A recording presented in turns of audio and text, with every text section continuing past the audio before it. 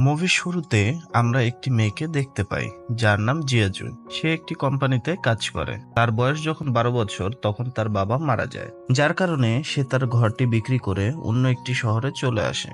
জিয়াজুর একটাই ইচ্ছা তার বাবার স্মৃতি বিজড়িত পুরনো বাড়িটি আবার ক্রয় করা, কিন্তু সে যা স্যালারি পায় তা দিয়ে নিজের চলতে অনেক কষ্ট হয়। যাই হোক, এরপর আমরা মিংকে দেখতে পাই। মিং হলো একজন আর্কিটেক্ট। সে প্রপার্টি ডিজাইনের কাজ করে। সে নিজের একটা বিজনেস তৈরি করতে চায়, কিন্তু যতজনকে তার ডিজাইন দেখায় সবাই তাকে ইগনোর করে। যাই হোক, রাতে মিং তার বাসায় চলে আসে। এদিকে জিয়াজুও তার বাসায় চলে আসে। ইন্টারেস্টিং বিষয় হলো তারা দুইজনেই একই বাসায় থাকে। বুঝলেন না তো? ওকে, বুঝিয়ে বলছি। দুইজনেই একই বাসায় থাকে, কিন্তু ডিফারেন্ট টাইম লাইনে। মিং 1999 সালে বাস করে আর জিয়াজু 2018 সালে বাস করে। এরপর আমরা দেখতে পাই জিয়াজু বাথটাবে গোসল করে আর ওইদিকে মিং বেসিনে থালা বাসন ধুইতেছে। হঠাৎ জিয়াজুর বাথটাবে বেসিনের আবর্জনা ভেসে ওঠে, আর ওইদিকে মিং এর বেসিনে জিয়াজুর কাপড় ভেসে ওঠে। দুইজনেই কিছুই বুঝে উঠতে পারতেছে না আসলে তাদের সাথে হচ্ছেটা কি। তারা ভাবতেছে তারা হয়তো অনেক ক্লান্ত, যার কারণে এসব হচ্ছে হয়তো। বেশি কিছু না ভেবে তারা ঘুমিয়ে পড়ে।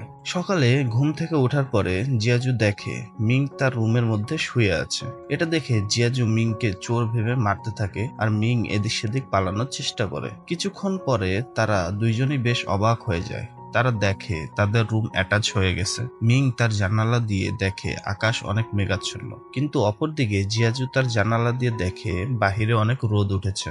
মিং তার দরজা দিয়ে বাহিরে বের হলে দেখে বাহিরে তেমন কোনো পরিবর্তন নাই, সবকিছু স্বাভাবিক। কিন্তু জিয়াজু যখন মিং এর দরজা দিয়ে বের হয় তখন সে একদম অবাক হয়ে যায়, কারণ সে 1999 সালের সবকিছু দেখতেছে। এসব দেখে জিয়াজু অনেক ঘাবড়ে যায় এবং সাথে সাথে ঘরের মধ্যে চলে আসে। এরপর জিয়াজু তার ঘরের দরজা খুললে দেখে বাহিরে সবকিছু স্বাভাবিক, কিন্তু মিং যখন জিয়াজুর দরজা দিয়ে বের হয় সে 2018 সালের আপডেট টেকনোলজি দেখে একদম অবাক হয়ে যায়। তারা দুজনে ঘরের মধ্যে চলে আসে। তারা বুঝতে পারে তারা একই ঘরে ডিফারেন্ট টাইমলাইনে বাস করে। এরপর জিয়াজু মিং এর গালে চড় মারে। মিং বলে, চর মারলে কেন? জিয়াজু বলে, স্বপ্ন দেখছি কিনা এটা চেক করলাম। মিং বলে, নিজেদের মধ্যে লড়াই করে কোনো লাভ নেই, চলো দুইটা দরজা একসাথে ওপেন করে দেখি কি হয়। তারপর দুইজনে একসাথে দুইটা দরজা খুলতে গেলে পুরো ঘর ভূমিকম্পের মতো কাঁপতে থাকে এবং আরো বেশি অ্যাটাচ হতে থাকে। তখন তারা বুঝতে পারে দুইটা দরজা একসাথে খোলা যাবে না। তারপর আমরা দেখতে পাই জিয়াজুর মনে পড়ে যায় 1999 সালে তার বাবা বেঁচে ছিল। সে মিংকে বলে, আমি আমার বাবার সাথে দেখা করতে চাই। আমি যদি তোমার দরজা দিয়ে তোমার টাইমলাইনে যাই তাহলে আমি আমার বাবার সাথে দেখা করতে পারবো। যেই ভাবা সেই কাজ, জিয়াজু তার বাবার সাথে দেখা করতে বের হয়। সে যখন তাদের বাড়ির সামনে যায় তখন সে দেখে তার বাবা 10 বছর বয়সে জিয়াজুর সাথে বাড়ির ভেতরে খেলতেছে। জিয়াজু অনেক ইমোশনাল হয়ে পড়ে। সে যখন তার বাবার সাথে কথা বলতে যাবে চারদিকে ভূমিকম্প শুরু হয়ে যায়। জিয়াজুর মাথা ঘুরতে থাকে। সে তার বাবার সাথে দেখা করতে পারে না। অতঃপর সে হতাশ হয়ে বাসায় ফিরে আসে। তারপর মিং জিয়াজুকে বলে, আমি যেভাবে তোমাকে আমার টাইমলাইনে নিয়ে গেছি তুমিও আমাকে তোমার টাইমলাইনে নিয়ে যাও। জিয়াজু মিংকে তার ল্যাপটপ দেখায়। মিং এই ল্যাপটপ দেখে অনেকটাই অবাক হয়ে যায়, কারণ 2018 সালের ল্যাপটপ অনেক বেশি অ্যাডভান্স। মিং ল্যাপটপে তার নাম লিখে সার্চ করতে যায়, কারণ সে দেখতে চায় 2018 সালে সে দেখতে কেমন ছিল। তখন পুরো ঘর ভূমিকম্পে কাঁপতে থাকে। মিং বুঝতে পারে তারা ডিফারেন্ট টাইমলাইনে যেতে পারলেও কারোর সাথে কমিউনিকেশন করতে পারবে না। এটা করার চেষ্টা করলেই এখানে ভূমিকম্প চলে আসবে। এসব কিছু মিং জিয়াজুকে বুঝিয়ে বলে। এরপরের সিনে আমরা দেখতে পাই একজন সায়েন্টিস্ট আর একজন ব্যক্তি মিটিং করতেছে। সায়েন্টিস্ট ওই ব্যক্তিকে বলে, আমরা ডাইমেনশনাল টাইমলাইন তৈরি করতে পেরেছি, কিন্তু সেটা আমাদের এখানে তৈরি না হয়ে এই শহরের কোনো একটি জায়গায় তৈরি হয়েছে। আমাদের সেই জায়গাটা খুঁজে বের করতে হবে। এদিকে মিং আর জিয়াজুর ঘুম আসতেছিল না। জিয়াজু মিংকে বলে, অল্প বয়সে আমার বাবা মারা যায়, যার কারণে আমার আর্থিক অবস্থা এইরকম। আমি তাকে অনেক বেশি মিস করি। যেভাবেই হোক আমি আমাদের পুরনো বাড়িটি কিনে নিবই। এভাবে জিয়াজু মিংকে তার মনের সব কথা শেয়ার করে।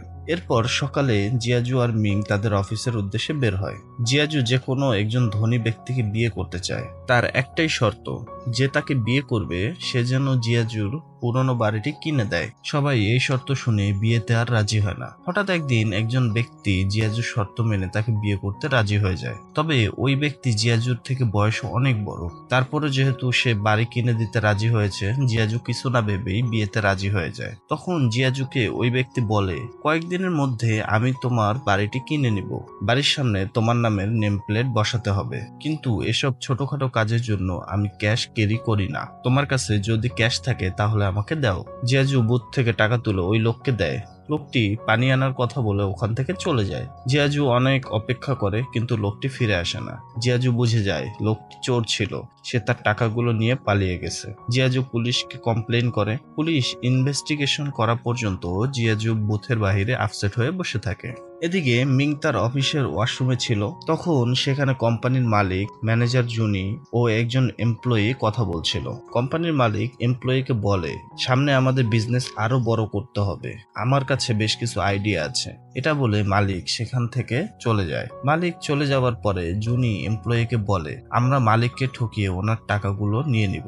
হঠাৎ মিং ওয়াশরুমে কিছু ফেলার শব্দ করে। জুনি বুঝে যায় তাদের কথাবার্তা কেউ শুনে ফেলেছে। তখন জুনি মিংকে ওয়াশরুম থেকে টেনে বের করে আর বলে, তুমি না বিজনেসের জন্য লোন চাচ্ছিলে, ঠিক আছে আমি লোন অ্যাপ্রুভ করে দেব, তুমি যা শুনেছো সেটা কাউকে বলো না। মিং বলে, ঠিক আছে বলবো না। এরপর জুনি তার কেবিনে মিংকে ডেকে বলে, আমি তোমাকে লোন নিয়ে দেব না, তুমি আমার কথা শুনে ফেলেছো, কিন্তু এটার কোনো প্রমাণ তোমার কাছে নাই, সুতরাং আমি এখন তোমাকে চাকরি থেকে বের করে দিলাম।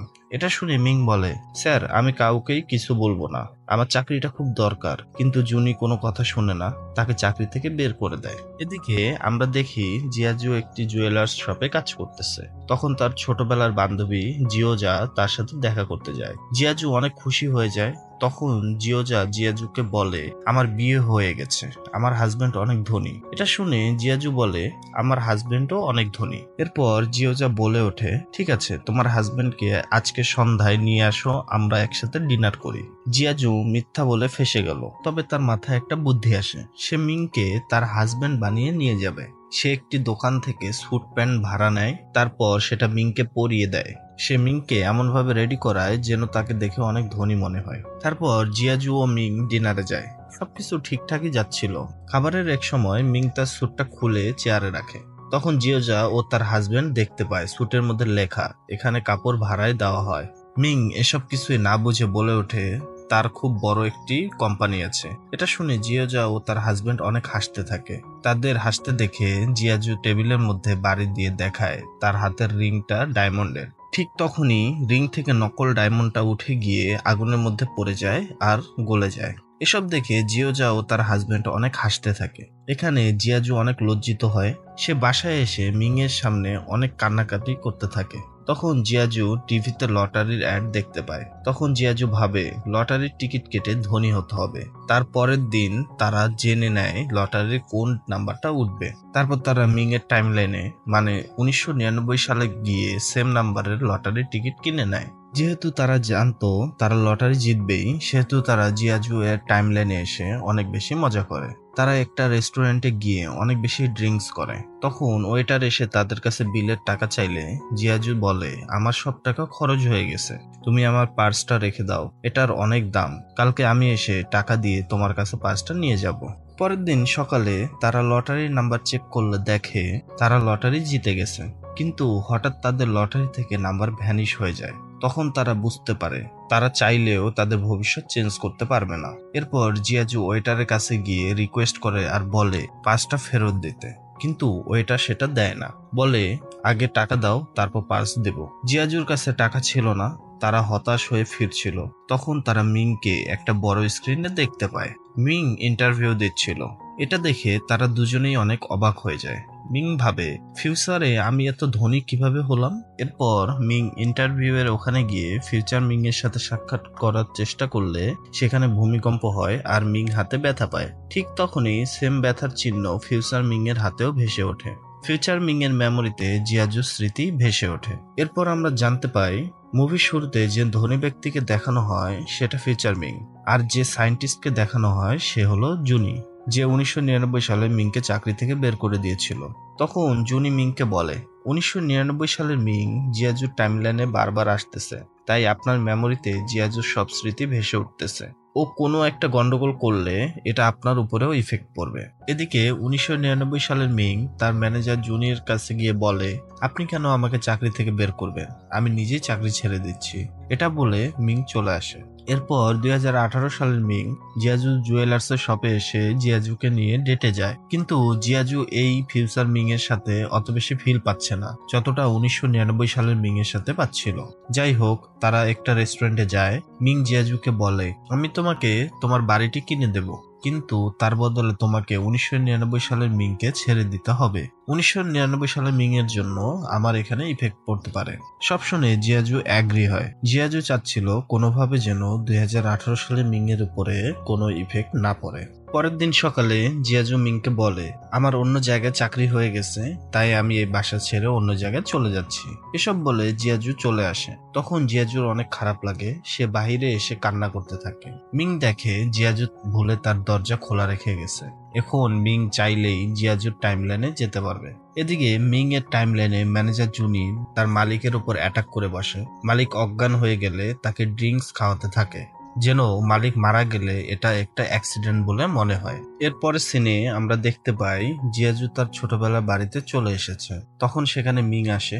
মিং জিয়াজুকে তার পার্সটা দেয়, যেটা রেস্টুরেন্টে বন্ধক ছিল। তখন জিয়াজু খেয়াল করে মিং এর স্যুটের মধ্যে ভাড়ার ওই স্টিকার লাগানো আছে। জিয়াজু বুঝতে পারে এটা 1999 সালের মিং। সে সাথে সাথে মিংকে কিস করে বসে। এরপর জিয়াজু মিংকে বলে, আমাদের সেপারেট হয় তোমার জন্য মঙ্গল, সুতরাং তুমি এখান থেকে তোমার টাইমলাইনে চলে যাও। এরপর মিং চলে যায়। তারা দুজনেই কান্না করতে থাকে। মিং তার ঘরে আসলে ম্যানেজার জুনি হঠাৎ তাকে আর্জেন্টলি একটা ব্রিজের ওখানে ডাকে। মিং বুঝতে পারে না চাকরি ছেড়ে দেওয়ার পরেও জুনি কেন তাকে ডাকতেছে। তারপর মিং ব্রিজের ওখানে যায়। তখন জুনি মিংকে বলে, আমাকে সাহায্য করো মালিককে খুন করতে। মিং এটা করতে চায় না, সে বারবার জুনিকে বারণ করতে থাকে। তখন মিং খেয়াল করে এই মালিক হলো জিয়াজু এর বাবা। মিং এর কাছে সবটা ক্লিয়ার হয়ে যায় কিভাবে সে ফিউচারে এত ধনী হলো। সে জুনির সাথে হাত মিলিয়ে জিয়াজুর বাবাকে খুন করে তার সম্পত্তি নিয়ে নেয়। তারপর মিং সিদ্ধান্ত নেয়, আমি যে ভুল করেছিলাম সেটা আমিই ঠিক করব। মিং জুনির হাত থেকে জিয়াজুর বাবাকে বাঁচায়। এটা করতেই ফিউচারের মিং গায়েব হয়ে যায়। জিয়াজু ছোট থেকেই তার বাবার আদর ফিরে পায়। এরপর মিং আর জিয়াজু মিং এর টাইমলাইনে দেখা করে। জিয়াজু গায়েব হতে থাকে কারণ মিং পাস্ট পুরোটাই চেঞ্জ করে দিয়েছে। মিং বলে, ভবিষ্যতে হয়তো তোমার সবকিছু মনে থাকবে না, কিন্তু আমি তোমার কাছে অবশ্যই ফিরে আসব। তারপরে আমরা 4 বছর পরের দৃশ্য দেখতে পাই। জিয়াজু একটা মিউজিক শুনে দাঁড়িয়ে পড়ে। মিং জিয়াজুকে দেখতে পেয়ে তার কাছাকাছি আসতে থাকে। এটা বুঝতে পেরে জিয়াজু মিংকে আঘাত করে বলে, তুমি কি চোর নাকি, আমার এত কাছাকাছি আসতেছো কেন? তখন মিং বলে, এখন আবারও কি আমার তোমাকে পটাতে হবে? এরপর এই অসাধারণ মুভিটির সমাপ্তি ঘটে। আমরা চমৎকার একটি প্রেম কাহিনী দেখতে পাই।